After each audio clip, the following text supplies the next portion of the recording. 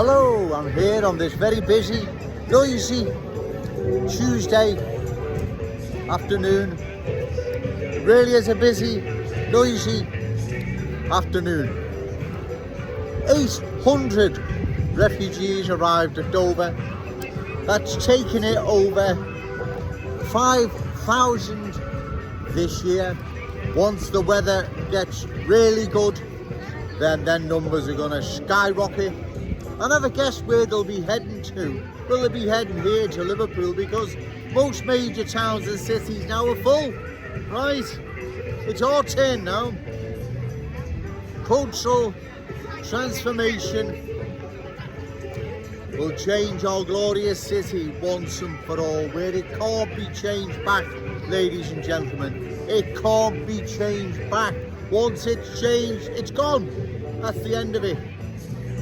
So 800 arrived at Dover over the weekend. And the solution is not the Rwanda plan. The solution is the Orange plan, the Isle of Wight plan. Build prefabricated accommodation, process them there within a few days and back off to where they came from. And if we have any sort of trade deal with those countries, then we need to hit them with a penalty. Any more of your people land on our coast, you'll be getting hit with a penalty. Whatever trade deals we may have with these countries. Other than that, then what's going to happen doesn't bear thinking about. So 800, that's just over the weekend. As I say, it's the latest figures, it's over 5,000, probably near 6,000 now. That are now arrived. Okay, girls. Nearly 6,000 have arrived this year. Like I say, once the weather really picks up, then them numbers are going to skyrocket. That's what the government needs to do. It's not going to do. Process them on the Isle of Wight, not thousands of miles away in Rwanda or whatever it is, right? You process them on, the Isle of Wight, that's Isle of Man then. The Isle of Wight, you process them on the Isle of Wight and back to where they came from. Within 48 hours or whatever, right? We can do it with the right will. It can be achieved, this, with the right will. Well, we haven't got the right will. Cowardice, weakness prevails. We haven't got strong leadership. That's what is the bane of all our problems. We haven't got strong leadership, right? And until we have some sort of leadership, strong leadership running the country, this will continue. Like many other injustices and tragedies and whatever that are now unfolding. So 800 arrived at Dover, that's to say, bringing that nearly to 6,000 now. And the solution, as I've said, is the Orange plan, the Isle of Wight plan, right? That's how we deal with this. Off to the Isle of Wight, prefabricated accommodation for them, processed and off to where they came from. And if we have any sort of deal with the countries they've left, then we hit them with some sort of penalty. Other than that, ladies and gentlemen, what's the answer then? Just let this to continue, because like I've said, most towns and cities now, they're full up. They've got to come here to our glorious city, Liverpool. And we can see all around the cultural change transforming our glorious city. All our ways, customs, traditions are going. They are under threat.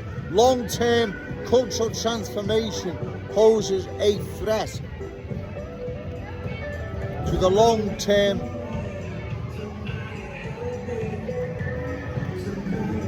unique Scouse character, traditions and cultural identity. It poses a long-term threat. Yeah, it's not going to happen tomorrow, I understand that, right? But it poses a long-term threat to our unique Scouse character, traditions and cultural identity. Not Joe Owens making this up. It's real and present. Those that landed at Dover are genuine and real. It's not Joe Owens making this up. It brings the numbers now up to something like nearly 6,000. So, like I've said, where does our city come into this then, Joe? Because our city comes into this, ladies and gentlemen, because this is where they'll be getting sent to. Because everywhere else, like I've said, is full. It's our turn now. We've got to be culturally transformed and changed into neighbourhoods representing mini Saint-Denis, unfriendly, unfamiliar. We've got to oppose this. Okay, mate. We've got to oppose this, and we oppose it in the forthcoming general election. I'll be standing in the constituency of Wavertree. I'll be challenging Paula Barker because she's a cultural changer. She believes in more cultural change. If she doesn't, then do you oppose it, Miss Barker? Let the voters know before the general election. And like I've said before, you all need to nail your colours to the mast. Where you stand on further cultural change of our glorious city. Are you for it or opposed to it?